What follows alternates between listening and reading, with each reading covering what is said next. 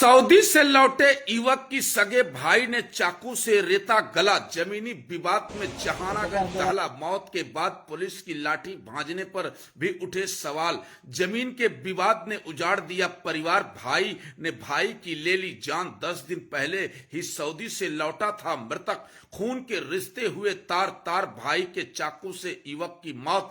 घटना के बाद पुलिस की कार्रवाई पर भी चर्चा। जहानागंज में रिश्तों का कत्ल, सगे भाई पर हत्या का आरोप। मौके पर पुलिस की लाठी चमकाने से मचा हड़कंप। जहानागंज थाना क्षेत्र के नयापुरा कस्बे में मंगलवार की शाम लगभग 6 बजे खून के रिश्ते उस समय शर्मसार हो गए जब कथित तौर पर जमीनी विवाद ने सगे भाई को ही भाई का हत्यारा बना दिया। सऊदी अरब से महज 10 दिन पहले घर लौटे 25 वर्षीय युवक की चाकू से हमला कर हत्या कर दी गई। वारदात के बाद पूरे इलाके में सनसनी फैल गई। तो वहीं सौ उठने के बाद पुलिस द्वारा भीड़ को हटाने के लिए लाठियां भांजने की चर्चा पूरे क्षेत्र में होती रही। मंगलवार की शाम करीब 6 बजे जहानागंज थाना क्षेत्र के नयापुरा कस्बे में दिलशेर उम्र 25 वर्ष पुत्र स्वर्गीय इम्तियाज की चाकू लगने से मौत हो गई थी। परिजनों का आरोप है कि किसी बात को लेकर उसके भाई राजू से कहासुनी हुई जो देखते ही देखते हिंसक झड़प में बदल गई। आरोप है कि राजू ने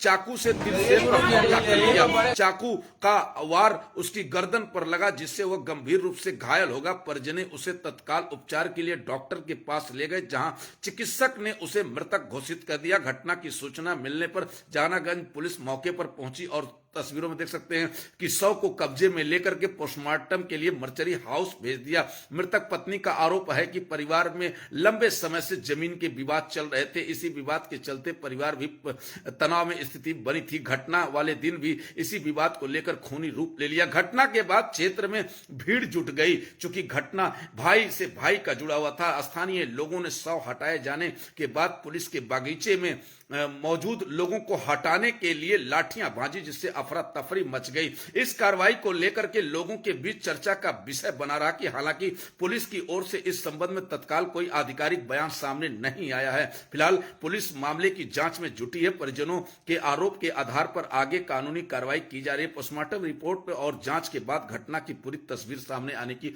उम्मीद है। देखिए शव लेकर गए और ये देखिए जब शव चला गया इसके बाद पुलिस लाठी भांज रही है और लोगों की भीड़ हटाने के लिए। ये देखिए इनकी टोपी गिर गई और साथ में यही चर्चा का विषय बना है कि आखिर जनता से इस घटना से क्या मतलब है।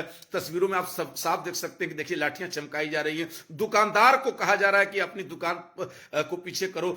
आखिर यह सवाल उठ गया है कि घटना हो गई और लाठियां चमकाने की क्या जरूरत है। देखिए लाठियां चमकाने के लिए कहीं ना कहीं पुलिस। यह पूरा नजारा बागीचे का है। घटना स्थल नयापुरा का। सुनिए क्या कहती है उसकी पत्नी।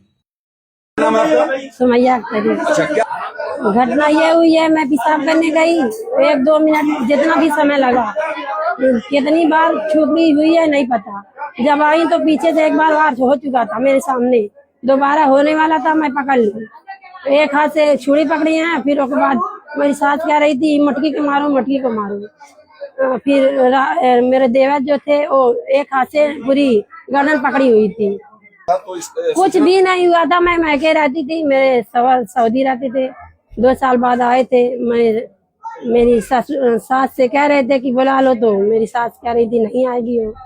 तो मेरे जो ननद के सवर है उनसे बात हुई थी। मेरी बड़ी ननद यहाँ बैठी हुई है, उनसे भी बात हुई थी। तो वो ये कह रही थी कि माँ से तुम बात करो, माँ है मान जाएगी। तो वो कहते मैं माँ से नहीं बात करूंगा, मैं ऐसे लेकर आऊंगा, तुम बात करो। तो कोई भी बात नहीं की माँ से। और जो देवर था, अभी मैं आई 20 आधा घंटा जितना भी हुआ है, उसके बाद मैं पेशाब करने गई, आई तो छुरी खूब लंबी पतली सी थी। उसे कितनी बार वार हुआ नहीं पता। जब पीछे एक बार वार हुआ देखी, फिर एक बार छुरी मैंने पकड़ ली। तो उसके बाद एक हाथ से छुरी पकड़े, एक हाथ से गर्दन पकड़े हैं। ना बहनियों रही, बहनी की बचावत रही, चुड़िया बचावत रही, इससे नहीं बचा पाई। उसके बाद मारने के बाद कह रहे थे और मारना चाहिए था, ये तो बहुत कम है। उसके बाद डॉक्टर राजेश में ले गए, उसके रास्ते में ही कह दिए कि मर चुके हैं। ये घटना जमीन का मामला था।